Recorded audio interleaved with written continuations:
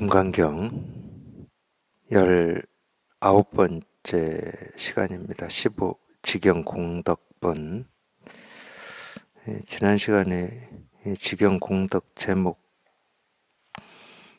읽고 끝나버려가지고 오늘은 좀 내용을 보겠습니다. 내용을. 수보리야, 착한 남자 착한 여인이 아침에 겐제즈강의 모래알과 같은 수의 몸을 보시하고 점심때 다시 겐제즈강의 모래알과 같은 수의 몸을 보시하고 저녁에 역시 겐제즈강의 모래알과 같은 수의 몸을 보시하여 이처럼 보시하기를 헤아릴 수 없는 세월 동안 한다고 하자. 만약 다시 어떤 사람이 이 경전을 듣고 믿는 마음을 거역하지 않는다면 이 복덕이 앞서의 복덕보다 뛰어나다. 이제 복덕이라는 말도 나오고 또는 공덕이라고도 우리가 할 수도 있고 또는 여기서 보시라는 말도 나오는데, 물론 이제 대승불교에서 쓰는 개념 중에 육바라밀이라고 하는 개념이 있어요. 이제 초기 불교에서는 팔정도라는 개념을 쓰죠. 대승불교에서는 육바라밀이라는 개념을 쓰는데, 물론 이제 이 육바라밀이라고 딱 6가지로 이렇게 딱 고정을 해서 그것만 쓴 건 아니에요. 10바라밀, 8바라밀 해서 그럴 수밖에 없는 겁니다. 왜 그러냐면 우리가 분별하는 입장에서 볼 때는 예를 들어 수행, 정진, 보시, 인욕, 계율을 지키는 지계, 선정, 그 다음에 우리가 이 지혜바라밀이라고 이런 말 한마디 한마디들이 뜻이 다르기 때문에 다르다고 생각을 해요. 인욕하고 보시하고 다르고 선정, 정진 이게 다르다고 생각하거든. 팔정도도 마찬가지입니다. 정언, 정념 또는 정진 이런 게 있는데, 그러니까 분별하는 입장에서는 이 바른 생각, 바른 말, 바른 생활, 바른 이 정진, 이게 다 다르다고 생각을 해요. 아니 근데 왜 다르지 그게? 아이 참나 희한해. 아니 모든 행동은 우리 생각에서 나오잖아.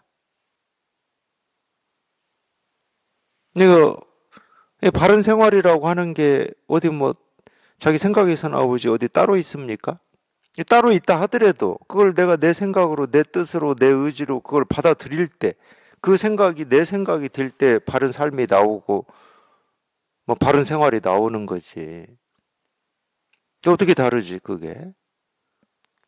근데 우리가 그런 보시는 뭔가 내가 가지고 있는 거를 어쨌든 어려운 사람이든 가난한 사람이든 또는 존경하는 사람이든 나한테 도움을 준 사람이든 내가 알지도 모르는 사람이든 거기다 이렇게 내가 가지고 있는 어떤 거를 이렇게 주는 걸 보시라고 생각하고,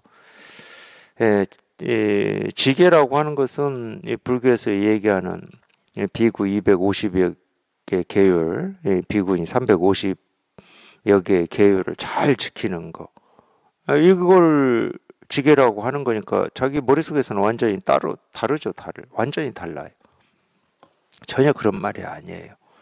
그러니까 6가지를 얘기하고 8가지를 얘기하고 어떤 때는 10가지를 얘기하고 또 어떤 때는 비구가 지켜야 될 250 계율을 얘기하고 비구니가 지켜야 될 350개를 얘기하지만 사실은 똑같은 거예요. 다른 게 아무것도 없어. 보시나 선정이나 인욕이나 지혜나 다른 게 아무것도 없다니까. 모습 지어진 어떤 것만 가지고, 그 기준만 가지고 오신채를 먹냐 안 먹냐 이것만 가지고 얘기를 해버리면 다 다르지만 달라요.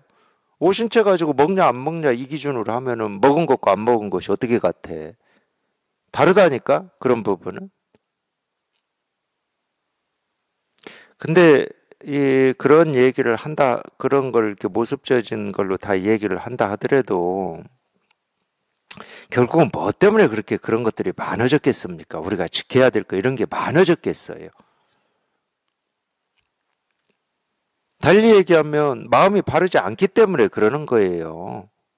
이 마음이라고 하는 게 바르게 쓸 때도 있는데 바르게 못 쓸 때도 있고 내 욕심대로 쓸 때도 있고 이러니까 그러는 거야. 근데 예를 들어서 마음이 그냥 텅 비고 깨끗하다. 그러면은 이렇게 쓰고 저렇게 쓰는데 이건 잘 쓴 거고 이건 못된 거고 이건 옳은 거고 저건 그런 거고 이건 부처고 중생이라고 하는 게 나뉘어져 있지를 않잖아. 나뉘어져 있지를 않는데 거기서 뭐 지키고 범하고 할 게 없는 거지. 그래서 제가 인욕바람일이라고 하는 것도 자꾸 얘기를 해드려요. 그래서 우리가 뭐 세속의 삶에서 힘들고 고통스럽고 아프고 뭐 죽을 만큼 어렵고 한 거를 잘 뭐 견디는 게 그건 세속에서 얘기하는 욕됨을 참는 거고 우리가 진짜 그 이 욕됨이라고 하든지 욕심이라고 하는 거를 이렇게 참는다. 그게 뭐겠습니까? 그게 몸의 고통이겠습니까?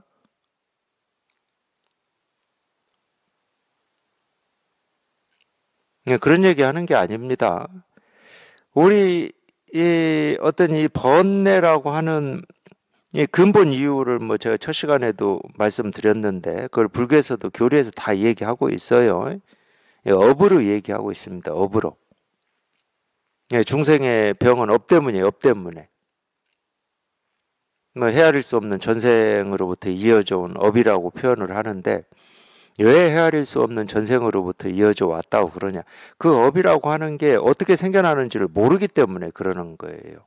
오래됐다. 오래됐지. 언제부터 시작한지를 모르니까 오래됐다고 그러는 거예요. 그래서 오래라는 말을 우리 불교에서는 우리가 이 분별해가지고 알듯이 뭐 1000년 전부터 2000년 전부터라고 하는 어떤 시작을 구체적으로 이렇게 지적하는 말로 쓰는 게 아닙니다. 그래서 우리 본래 마음이라고 하는 것도 불교에서 이제 고경이라는 표현을 쓰는데 옛 거울, 오래된 거울이라는 말이에요. 그럴 때 왜 오래된 옛이라는 표현을 쓰느냐? 늘 있었기 때문에 언제인지부터는 모르지만 늘 있었던 거야. 뭐 옛날에도 있었고 지금도 있었고 앞으로도 있어요. 근데 앞으로 있는 것은 이제 미래니까 놔둬버리고 그냥 우리가 늘 있었던 그럴 때도 옛이라는 말을 써요. 오래된이라는 말을 쓰고. 오래된 이게 참 이런 얘기를 하다 보면 하여튼 이것도 이제 제가 이 근본이라고 하는 걸 이렇게 찾고 구하고 그리워할 때 그냥 머릿속에서 얼마나 많은 생각을 했겠습니까? 이제 이럴 때 어떤 느낌인데 예를 들면은 우리가 오래된이라는 이 말에 뭐 저만 그런지는 모르겠어요. 향수 같은 거 있지 않습니까? 오래된 문명 뭐 이러면은 근데 이 향수가 오래된 문명에는 뭔지 모르는 향수 이런 게 있지만은 그게 어디까지 있냐면은 우리는 오래되면 무슨 약효가 있다고 생각을 해버려요. 오래되면 그 향수 때문에 그래서 뭐 진짜 그게 뭐 좋은지 어쩐지 저는 몰라요. 근데 간장도 뭐 한 100년 됐다. 그럼 그게 뭐 대단하게 느끼고 산에서 있는 이 삶 있잖아. 그걸 산삼이라고 그러지. 산삼도 100년 됐다. 그러면 그냥 모든 병을 다 낫게 하는 만병통치약인 것처럼 우리 생각이에요. 그래서 어느 땐가 물론 거기에 무슨 더 우리가 모르는 약효가 있을지 몰라요. 그건 제가 알 수는 없습니다. 근데 저는 그렇게 이미지를 가지고 이렇게 좀 확대한 어떤 이 선입견을 가지고 있는 것만 얘기하는 거예요. 오래된 향수가 있다니까 그리움이 있고. 전설의 고향 저 어릴 때 보면은 그러잖아요. 백년 묵은 뱀, 뭐 백년 묵은 구미호 뭐 이런 거 있잖아. 그러니까 오래된 거에 대한 향수가 좀 있어. 그러니까 언젠가 그 스님이었는지 제가 잘 모르겠어요. 하여튼 이 차를 이렇게 끓여내면서 이제 같이 차 마시 하여튼 뭐 제가 차를 우리고 따라주고 그런 거 아닌 거 보니까 제가 방문을 했거나 뭐 제가 손님이었겠죠. 근데 천년 된 차나무에서 딴 차잎이라고 이게 참 좋은 차라고 그러시더라고. 그래서 아니 좀 상식적으로 생각을 해보라고. 예? 예를 들어서 사과나무 천년 된 사과나무에서 딴 사과다. 아니면 한 10년 된 사과나무에서 딴 사과다. 어떤 거 드실 겁니까? 예, 저는 두 말 안고 10년 된 사과나무 사과 먹을 거예요. 예, 사람이나 나무나 동물이나 시간이 오래되면 늙어요. 늙은 데서 뭐 열리는 열매, 그게 얼마나 뭐 튼튼하겠습니까? 근데 우리는 그런 이미지가 있다는 거예요, 이미지가. 그냥 한 1000년 됐다. 그러면 그 차나무는 대단한 거야. 그냥 비싸야 돼, 무조건. 하여튼 그런 뜻이에요, 오래된. 뭐 언제부터다 이 말이 아니고 시작이 없어요. 시작을 알 수가 없어. 그럴 때 우리가 이제 이 불교에서는 이제 오래된 전생이라는 말도 그 말이에요. 전생이 뭔지를 알아서 전생이라는 말을 쓴 게 아니에요. 아니까 이게 분별만 하면 어쩔 수가 없어. 분별만 하면은 현생이 있으니까 전생이 있어야 될 것처럼 느껴지고 지금 현생이 사라지면 다음 생이 있어야 될 것처럼 그냥 이렇게 느껴지니까 자꾸 전생이라고 하는 게 사실처럼 이렇게 생각을 하시는 거지. 우리가 전생이다 그럴 때 이 전생이라고 하는 건 알 수 없다 이 말이거든. 그러니까 헤아릴 수 없는 전생으로부터 이런 말을 쓰는 거거든. 헤아려지지가 않는다는 말이에요. 알 수가 없다. 그래서 업이라고 설명을 합니다. 모든 번뇌의 원인을 업이다. 업이라고 하는 게 뭐냐? 그거 다 교리에 나와요. 업은 신구의 삼업이라고 그러죠. 신은 몸이고 구는 입이고 의가 우리 생각입니다. 생각. 그러니까 업이라고 하는 건 우리 생각으로 짓는 거예요. 근데 생각으로 짓는 이 업이 당연히 그게 말로 표현되고 몸 행동으로 표현이 되는 거지. 그러니까 신구의 삼업이야. 그러면 이제 이 업이 그럼 뭐뭐 있냐? 종류를 얘기해야 될 거 아니야. 두 종류가 있다. 선업과 악업이 있다. 선업이라고 하는 것은 세속을 살아가는 이 중생들이 착한 일, 좋은 일, 도움되는 일, 의미 있는 일, 가치 있는 일, 옳다고 여기는 일, 이걸 선업이라고 그러는 거고, 악업이라고 하는 것은 이 세상을 살아가는 중생들이 옳지 않은 일, 나쁜 일, 나를 힘들게 하는 일, 이런 거를 악업이라고 그러는 거야. 근데 선업이든 악업이든 업은 뭐다? 우리 분별망상이다. 분별망상을 왜 업이라고 그러냐? 우리 본성을 가로막고 있으니까. 그래서 업을 뭐라고 표현해요? 업장이라고 표현하는 겁니다. 이 장은 장애할 때 장자예요. 제가 불교 교리를 얘기하고 있어, 지금. 그게 번뇌의 이유예요. 다른 말로 하면 간단히 얘기하죠. 그래서 선에서는. 분별망상이 마군이고 그게 업장이야. 그게 업장. 그러니까 분별망상에서 벗어나기만 하면 되는 거야. 반야신경 표현대로. 분별망상을 반야신경에서는 어떻게 표현하냐? 전도몽상이라고 표현해놨어요. 뒤집어진 꿈같은 생각이라고. 그러니까 원리 전도몽상. 뒤집어진 꿈같은 생각으로부터 멀리 벗어나는 거. 그러니까 분별에서 한번 벗어나는 거. 그게 뭐다? 열반이다. 구경열반. 원리 전도몽상 구경열반. 이렇게 딱 나오거든. 그러니까 이 불교에서 얘기할 수 있는 건 그거밖에 없어요. 그 분별망상에서 한번 벗어나는 거. 분별망상에서 벗어나라. 이거밖에 할 게 없어.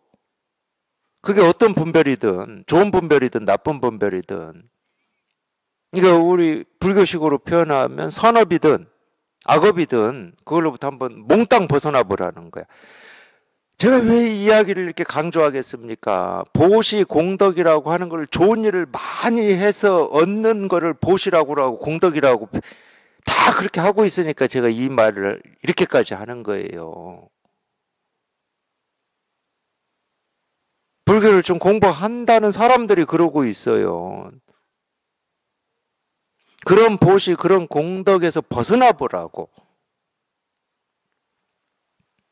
그게 업이니까.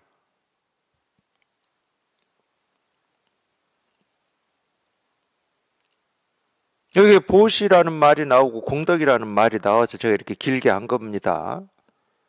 예, 그런 걸로부터 다 벗어나는 걸 보시라고 그러고, 그런 걸로부터 다 벗어나는 걸 공덕이라고 그래요. 그래서 이 대승불교에서 얘기하는 이 보시 공덕은 이 똑같은 거예요. 똑같은 건데 왜 똑같냐?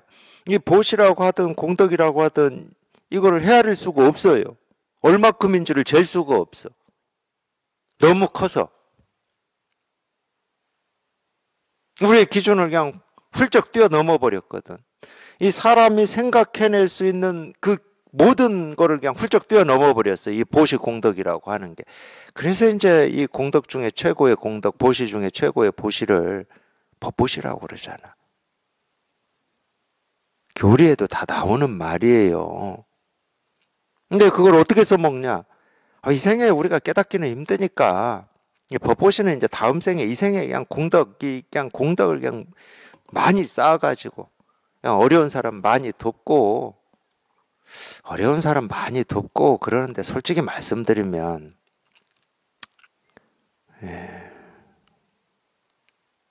어려운 사람 많이 도라고는 안 하더라고. 좀 이 종교라고 하는 이런 데서 자기들 거기에 많이 내는 걸 보시라고 하더라고. 교회 다닌다 그러면 교회에 많이 내는 거. 절에 다닌다 그러면 절에 많이 내는 거.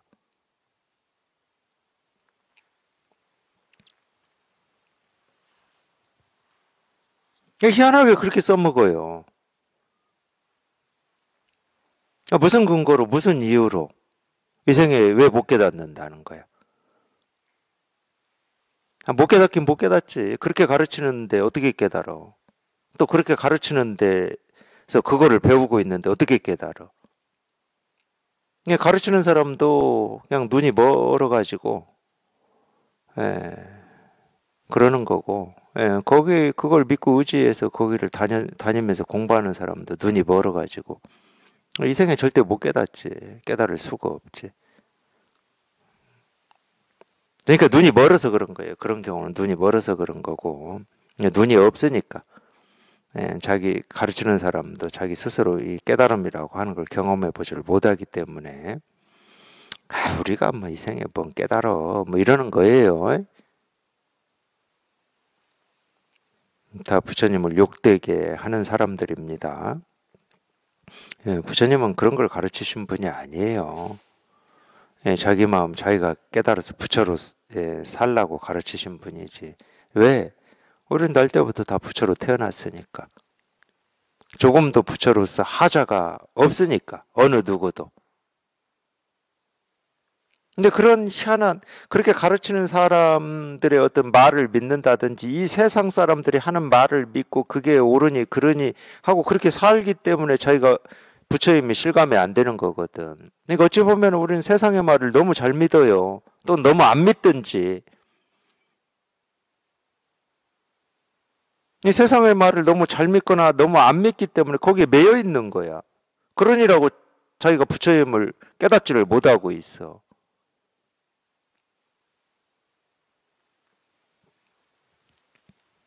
누구나 다 깨달아 있거든. 부처로 태어났는데 어떻게 안 깨달은 부처는 있을 수가 없잖아요.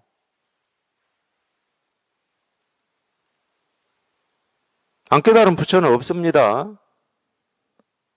누구나 다 부처로 태어나서 부처로 살고 있기 때문에 조금도 부족함이 없어요. 근데 자기 스스로 그러니까 이 철학이라고 하는 게 어쨌든 이 근본을 탐구하고 밝히는 뭐 이런 학문인데, 그러니까 철학을 공부했던 인류 역사에서 보면 그래요.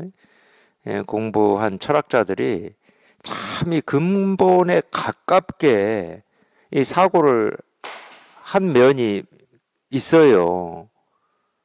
지금 이렇게 보면은 저희 국민윤리 시간에 이 서양 철학자 중에 그 누구예요? 그 네 가지 우상을 얘기한 사람이 있잖아요. 네 가지 우상을 얘기한 사람이 있습니다. 저 이름은 기억이 안 나요. 그 사람 얘기 기억은 다 안 나는데 그 사람 얘기가 뭐냐? 이 세상에 하는 그런 이야기들이 있잖아. 그게 우상이라는 거야. 그러니까 이 근본에 많이 접근을 했어 보면은. 뭐 데카르트도 좀 그런 면이 있어요. 딱 한꺼풀을 못 벗었을 뿐이지. 데카르트는 결국은 모든 거는 이제 생각이다 이거였거든.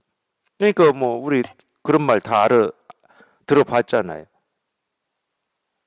생각하기 때문에 존재한다 이 말이거든. 이 이야기는 굉장히 큰 이야기입니다.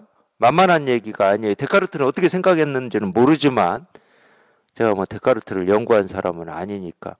아까 제가 첫 번째 시간에 얘기한 그 얘기하고 비슷한 거예요. 뒤집어 버렸어요. 세상 사람들은 뭐가 있기 때문에 보아서 안다고 그러는데 데카르트는 그 말이 아니잖아. 생각하기 때문에 존재한다는 거야. 그럼 있다라고 하는 건 뭐야? 내가 생각하기 때문에 있다는 거야. 어마어마한 말이에요. 그러니까 엄청 접근을 한 거예요. 철학자들이. 우리가 본질을 탐구하는 학문이니까 뭐 그러겠지. 근데 마지막 한꺼풀이 뭐냐? 이제 제가 이제 이런 공부를 하고 보니까 그렇게 이제 느껴지고 실감이 되고 보여지는데 그 마지막 그 한꺼풀이 그렇게 접근을 하긴 했는데 끝까지 접근을 했는데 결국은 이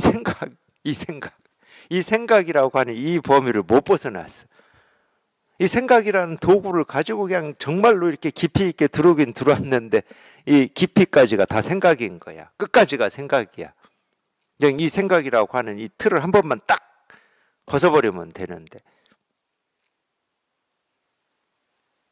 세상 사람들이 얘기하는 거하고 완전히 정반대예요. 근데 그것도 역시 생각임에도 불구하고 정반대예요. 우리는 있기 때문에 본다고 하고 있기 때문에 듣는다고 하거든 다. 근데 이런 철학적인 사고, 이 본질에 대한 사고는 이 과학의 발전한 뭐 근대, 현대에 이루어진 게 아닙니다.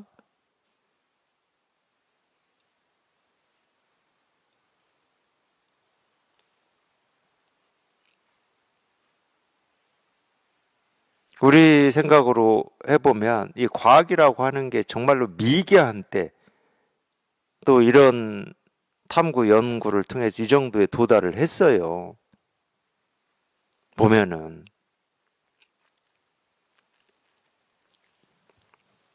막 1000년, 2000년 전에도 그랬습니다.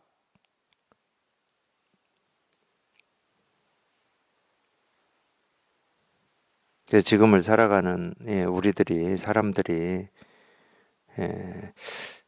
옛날 사람들을 자기도 모르게 좀 무시하는 마음이 들 때가 있거든요. 왜냐하면은 지금의 어떤 정보력, 기술력, 이 과학 수준 또는 의학의 발전으로 보면 옛날은 참 미개한 것처럼 느껴지잖아. 정신적인 수준은 전혀 그렇지가 않아요. 정신적인 수준은 전혀 그렇지가 않습니다.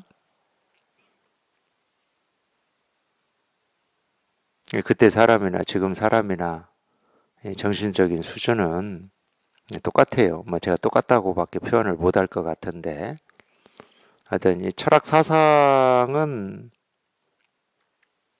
지금이 더 높다고 할 수는 없죠. 철학 사상 같은 경우는 지금이 절대 높다고 할 수가 없습니다. 이제 이 관심이 지금의 이 사람들은 이제 관심이 이제 다른 쪽으로 가버렸기 때문에 철학이나 이 사상이라고 하는 이 주제, 어떤 인간의 본성을 탐구하고 이 세계의 어떤 이 본질을 탐구하는 이 주제가 좀 달라졌어요. 달라졌습니다. 지금 어떤 이 과학이라고 하는 이런 도구를 가지고 이 세상의 본성을 탐구하는 이쪽으로 많이 달라졌어요. 그러니까 이 사상이나 정신적 수준이라고 하는 이 철학적 수준이라고 하는 거는 제가 뭐 그걸 어찌 다 알겠습니까? 옛날보다 높다고 할 수는 없다. 이 정도는 얘기할 수 있을 것 같아요. 이거 무시하면 안 됩니다. 옛날 사람들. 절대 무시하지 마세요. 사람은 똑같습니다. 사람은 똑같아요. 뭐 지식이 많고 뭐 정보가 많고 과학기술이 발전했다고 해서 사람이 뭐 질이 높아지냐? 안 높아집니다. 죽었다 깨어나도.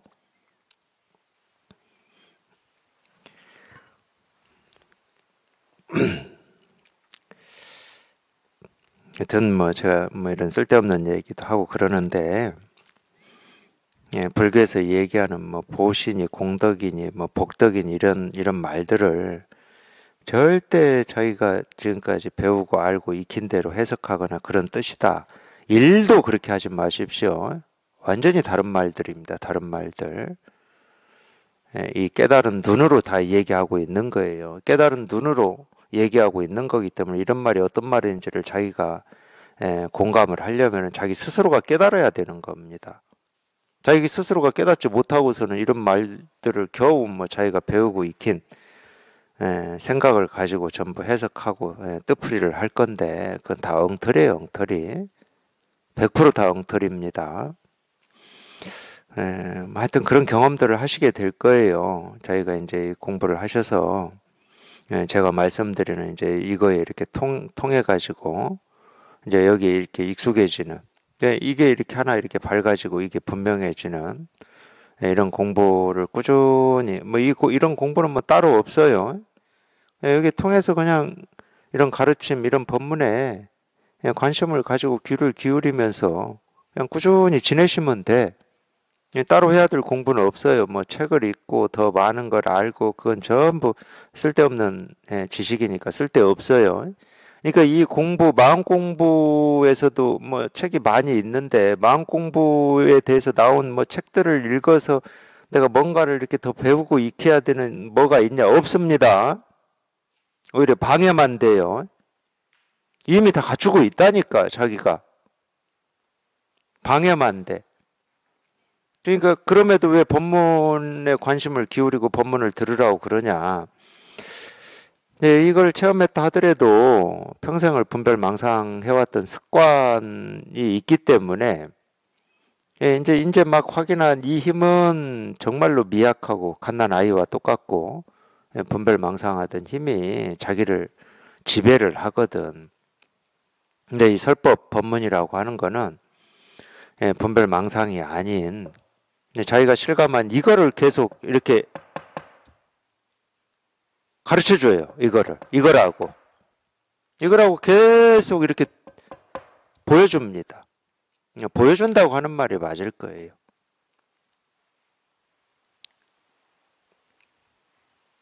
그럼 자기가 체험한 거니까, 그리고 자기 살림살이고 자기 마음이니까, 생각은 어떤지 모르겠지만 마음은 공명을 하고 진동을 합니다. 그래, 이거지. 그게 이제 마음에서 마음으로 전한다라는 뜻이거든, 이게. 그래서 이 힘이 정말로 익숙해질 때까지는 그냥 그렇게 할 수밖에 없어요. 안 그러면은 그냥 자기도 모르는 사이에 또 엉뚱한 생각에 속아가지고, 공부를 자기는 한다 하지만은 엉뚱한 대로, 엉뚱한 방향으로 이제 하고 있을 수밖에 없으니까.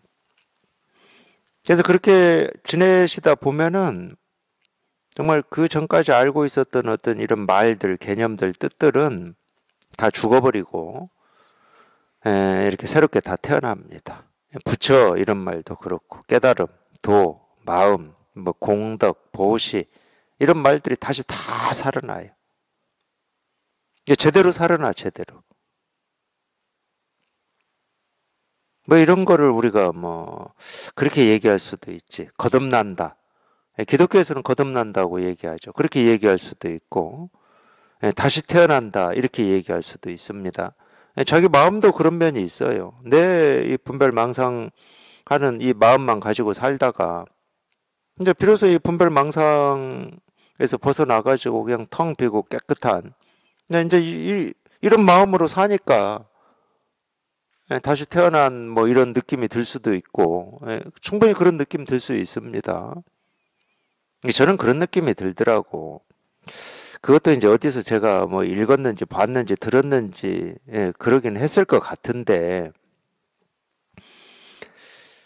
예, 우리 몸이라고 하는 것은 부모한테 받은 거죠. 그러니까 이 몸을 받은 은혜, 이 부모의 은혜라고 하는 게 분명히 있습니다. 예, 그런 걸 우리가 느끼면서 살았잖아요. 근데 자기 공부를 해서 이거를 체험하고 여기에 이렇게 익숙해지는, 예, 이 마음이 이렇게 텅 비고 깨끗해지고 다시 태어나는 이런 경험들이 이렇게 쌓이다 보면 참 이거는, 예, 우리가 이 부처님이라고 해야 됩니까? 이 스승님 또는 이 선지식의 은혜라고 하는 게 정말로 이렇게 깊이 사무쳐요. 그래서 참, 예, 이 몸의 은혜하고 이 마음의 은혜를 비교해서는 얘기하지 않겠습니다. 또 오해하실지 모르니까. 그래서 제가, 예, 예를 들어서, 제 어떤 이 스승님, 제 스승님 뭐 이야기를 뭐 스승님이라고 하는 이 말만 이런 법회나 도반들 모였을 때 얘기를 한다 그러면은 하여튼 몇 년 걸렸어요. 저도 모르게 그냥 눈물이 핑 돌아가지고, 예, 이렇게 울먹여지는. 그게 지금 생각해 보면 다 그 은혜 때문에 그러는 거거든. 그 고마움 때문에. 그냥 저도 모르게 그냥 울먹여져 버려요. 그냥 눈물이 핑 돌고.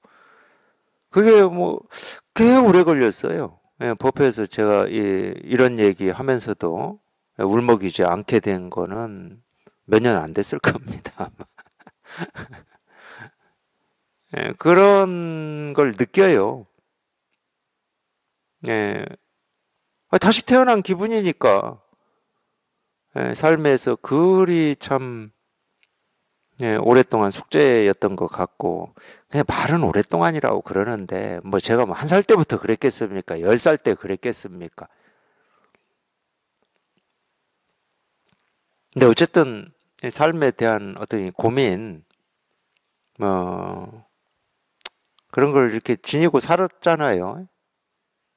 예, 그리고 숙제 같았고, 예, 괜히 이걸 해결해야만 될 것 같고, 예, 다른 일을 열심히 할 때는 뭐 그 일을 통해서 제 삶이 다 실현되는 것처럼, 그렇게, 느껴지지만 어느 순간 되면 이게 전부가 아닌 것 같은 뭐 이런 느낌들이 이렇게 반복됐었거든요. 저도 뭘 한 가지를 뭐 꾸준히 일관되게 할 수가 없어. 그러다가 결국은 내가 찾고자 하는 게 이거구나. 아무리 부정을 할래도 저 세간에서 좀 잘 살고 싶은 사람이었거든. 그래서 제가 이 삶에 대한 고민할 때 그 고민의 내용이 기억나요. 나는 절대 진리의 길 또는 제 삶의 이 방식 모습이 종교인의 어떤 이 모습, 이 길을 나는 죽어도 나는 그 길은 안 간다. 나는 그게 싫었어요. 그쪽이. 그런 모습으로 그런 방식으로 사는 게 싫었다니까 저는. 저는 우리가 이 불교에서 얘기하는 어떤 세상, 이 세상 속에 살고 싶었어요. 세상 속에서 정말로 어떤 그게 의미다 그러면 의미, 가치다 그러면 가치, 오름이다 그러면 오름, 또는 그게 영성이다 그러면 영성이라고 하는 걸 세상 속에서 저는 실현하고 싶었고 세상 속에서 하고 싶었습니다.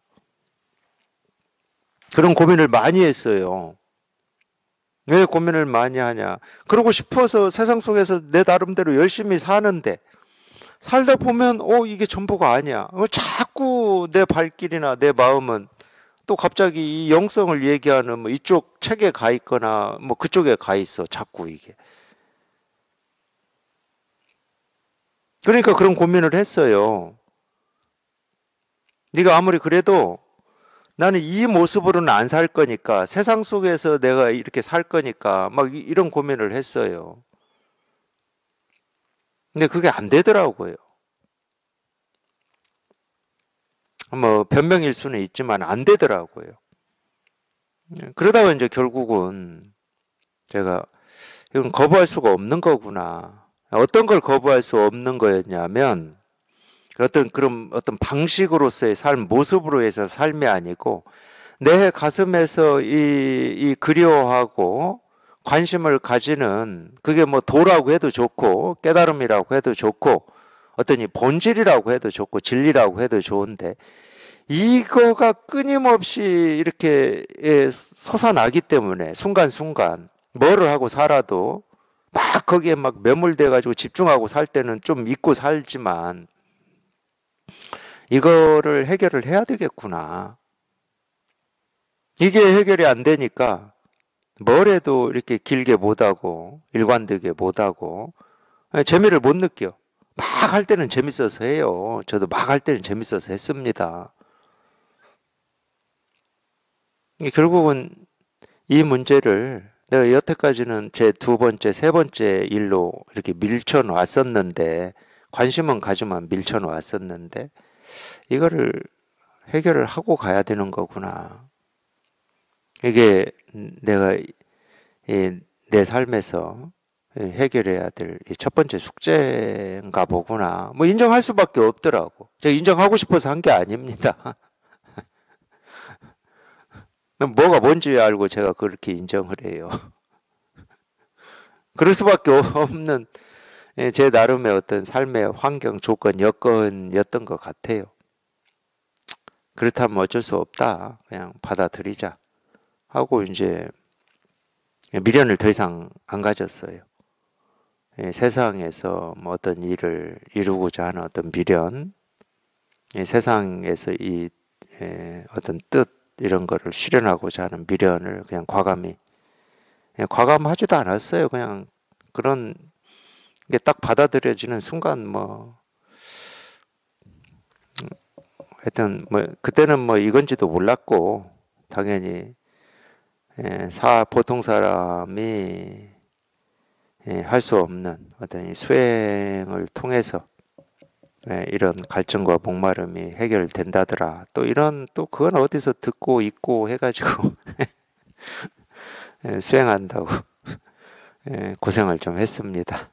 아니, 아는 게 병이야, 아는 게 병. 내가 그런 걸 읽거나 듣지 않았으면은 그런 상황에 닥쳤을 때, 뭐 어떤 그런 참 수행을 통해서 이 문제가 해결해야지 이런 생각 안 했을 거 아니에요. 이런 생각 안 했으면 다 놓고 산속에도 안 갔을 거고 그 고생 안 했겠지. 근데 그건 있었겠지. 어떤 그런 방법이나 길에 대해서 전혀 아무런 뭐 정보나 지식이 없다. 그러면은 이걸 해결을 하긴 해야 되겠는데 이게 도대체 어찌해야 될고 이걸 어찌해야 될고 뭐 이렇게 전전긍긍은 했겠죠. 근데 그게 사실은 더 좋아요.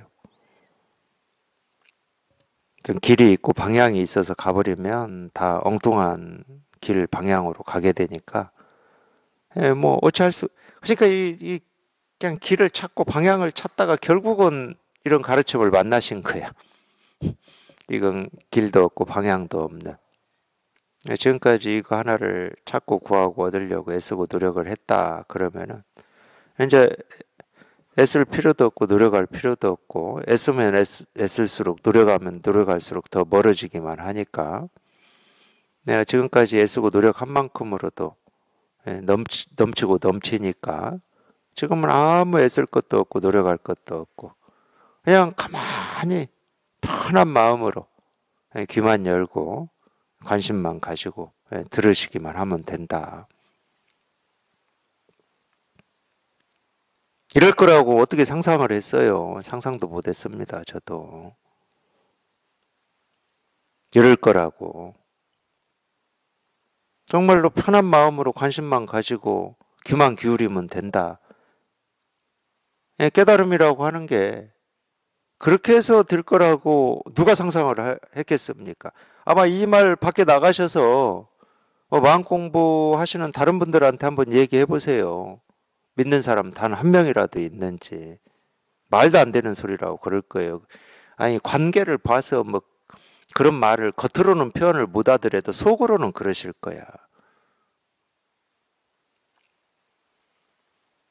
근데 저는 그렇게 얘기합니다. 지금까지 이거 하나 찾고 구하고 알려고 애쓰고 노력한 한 게 사람마다 다 다르겠지만 상대적으로 다르겠지만 아무리 달라도 차고 넘쳐요. 차고 넘칩니다. 이거 하나 알려고 애쓰고 노력한 그 힘이 차고 넘쳤어요, 이미. 더 이상 애쓰고 노력하실 필요 없습니다. 그냥 마음 편하게, 그냥 마음 그냥 툭 놓으시고, 그냥 법문에 귀만 기울이시면 돼요. 그럼 저절로 통합니다. 제 위로하려고 이런 말씀 드리는 거 아니에요. 진짜예요, 진짜. 그러니까 진짜 이 깨닫는 가장 빠른 길이 뭐냐? 만약에 저한테 묻는다. 제발 좀 그 길을 가르쳐 주십시오. 그럼 제가 할 수 있는 최고의 답이 그거예요. 마음 편히 하시고 법문에 귀만 기울이십시오. 이거 하나 하려고 애쓰고 노력하고 그러지 마시고 그냥 마음 편히 하시고 그러면 저절로 됩니다. 저절로 돼요. 저절로 될 수밖에 없지. 이건 밖에서 오는 게 아니니까. 날 때부터 갖추고 있고 쓰고 있는 이 마음은 자기가 그렇게 애쓰고 노력하고 분별하고 망상하던 그것만 하지 않으면 그냥 저절로 그냥 다 온 우주에 온 천지에 다 증명되고 실현되는 거기 때문에 그것도 이미 증명됐고 이미 실현돼 있어요. 실은 이미 다 실현돼 있습니다. 이미 다 증명이 돼 있어요. 또 증명할 필요가 없어요.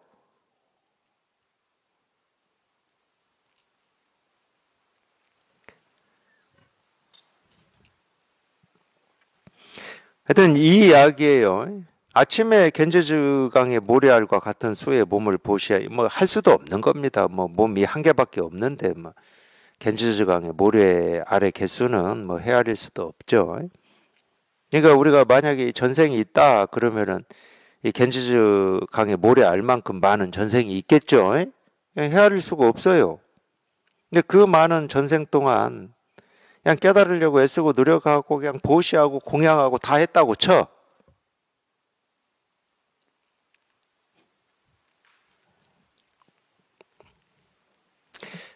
또 이처럼 보시하기를 이 우주가 생겨나기 전 우주에서부터 했다고 쳐. 헤아릴 수 없는 세월 동안 그렇게 했다고 하더라도 그냥 모든 생각과 모든 분별에서 벗어난 그냥 이거 하나 이거 하나 그냥 딱 통해버리면 이 경전을 듣고 믿는 마음을 거역하지 않는다면 이렇게 번역을 했는데 거역하지 않는다라고 하는 게 그거거든. 도가 뭡니까? 이겁니다. 그냥 이거이면 되는데 거역한다 또는 믿지 않는다가 뭐냐? 여기 안 통하는 게 거역하는 거고 믿지 않는 거예요. 왜 저게 도지? 이런 게 다 믿지 않는 거야. 거역하는 거야. 이걸 지금 거스리고 있잖아. 도가 뭡니까? 이겁니다. 그러는데. 거역하지 않는다 이 말은 그냥 여기에 그냥 딱 통해버린다 이 말이에요. 이 믿는 마음을 거역하지 않는다면 이 복덕이 지금 여기 이렇게 통한 이 복덕, 이 공덕, 이 보시가 헤아릴 수 없는 없을 만큼의 이 수의 몸을 보시하고 또 보시하고 이렇게 보시하는 걸 헤아릴 수 없는 세월 동안 한 공덕보다도 비교할 수 없을 만큼 크다. 왜냐면 이건 가장자리가 없어요. 끝이 없고 시작이 없어. 그러니까 이 크기는 우리가 잴 수가 없어요. 잴 수가 없기 때문에 온 우주를 뒤덮고 있는 겁니다. 온 우주를 뒤덮고 있는데도 이 자체가 모습이 아니기 때문에 눈으로 보이지를 않고 우리 생각으로 헤아려서 알 수가 없을 뿐이지. 이 공덕과 이 보시와 이 지혜, 이 법, 이 실상은, 이 마음은 가장자리가 없고 시작과 끝이 없기 때문에 온 우주를 뒤덮고 있어요. 나라고 한다 그러면 내가 태어나서 지금까지 살아온 이 삶의 모든 걸 다 뒤덮고 있다고. 내가 싫어하고 경험하고 싶지 않고 상처받았다고 하는 그 일에도 이 진실은 조금도 부족함 없이 다 실현돼 있고 증명돼 있는 겁니다. 한 번도 자기 스스로가 여기를 벗어난 적도 없고 떠난 적도 없어요. 그러니까 내가 찾고 찾는다, 구한다, 얻는다, 몸부림친다, 애쓴다, 그러면서 찾고 있는 거는 자기를 한 번도 떠난 적이 없는 그냥 이거라니까. 밖을 향해서 찾지 마시라고. 밖에 있는 게 아닙니다. 나한테 없는 능력을 내가 힘써서 배양하는 게 아니에요. 날 때부터 가지고 있는 거예요. 근데 이렇게 얘기할 수도 있다니까. 내가 태어나기 전부터 그냥 다 가지고 있었어. 그러니까 어떤 얘기가 있는지 압니까? 우리 이 선문에서는 석가모니 부처님이 석가모니 부처님 엄마가 이 마야라고 하는 이름을 가진 부인이었죠. 마야 부인이라는 말이 있잖아요. 마야 부인. 근데 이제 석가모니 부처님을 낳고, 그때는 부처님이 아니었어요. 석가모니도 아니었고 고타마 시다르타였는데, 어쨌든 이 석가모니를 낳고 돌아가셨잖아요. 그래서 이제 그 뒤에 이모가 이제 엄마 노릇을 하면서 이제 이 석가모니를 키우고 보살피고 했는데, 그러니까 이 불교의 세계관에서도 불교의 세계관인지 어떤 이 브라만의 세계관인지까지는 모르겠어요. 어떤 게 있냐면은 거기는 이제 윤회거든. 그쪽 인도 아리안 쪽은 이 영혼은 하늘로 올라가요. 연기를 타고 올라가서 이제 저 달에 모여 있는데, 그걸 이제 하늘세계라고 그러죠. 근데 이제 영혼이 이 사람 몸을 받아서 들어오기 전에 머무는 곳을 도리천이라고 그래요. 도리천. 그렇게 이름을 붙여놨어요. 근데 이제 이 석가모니라고 하는 이 양반이 태어나려면 그 영혼이 마야 부인 뱃속에 이렇게 들어가야 될 거 아니에요? 근데 도리천에 머물고 있을 때, 그러니까 이 세상에 태어나기도 전에, 잉태하기도 전에 모든 중생을 다 구제했다. 이제 이런 가르침이 있거든. 우리 선문에. 이 양반이 도리천에 있을 때 이미 이 세상의 모든 중생을 다 제도해버렸다는 거예요. 그 얘기를 제가 이제 좀 제 식으로 표현을 하면, 우리가 태어나기 전에 또 이 일은 조금도 부족함 없이 이렇게 분명한 거였습니다. 이거를 조금 달리 얘기하면, 네가 태어났든 안 태어났든 이 법은 조금도 변함이 없는 거야. 왜? 너하고는 아무 상관이 없어.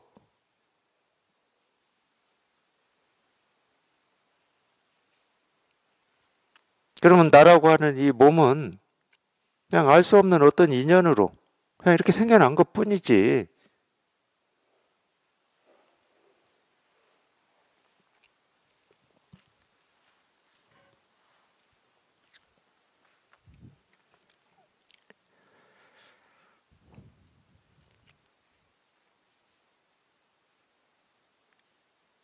근데 자기라고 하는 걸, 이거를 딱 붙들고 이 법을 논하지 마시고,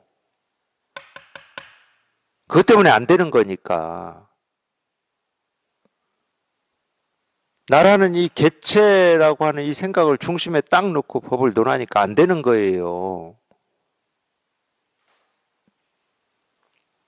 나라는 개체하고는 아무런 상관이 없어요. 네가 깨닫든 못 깨닫든, 법이 있다고 하든 없다고 하든 이 법은 조금도 눈 하나 깜짝 안 는다니까.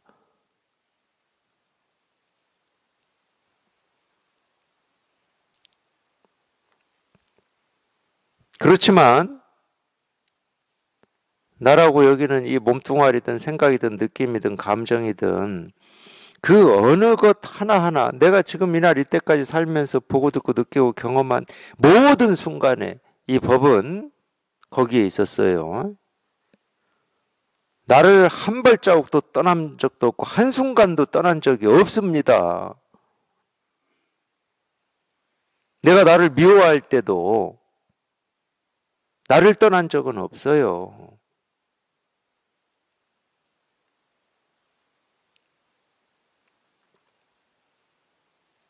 따로 찾지 마세요.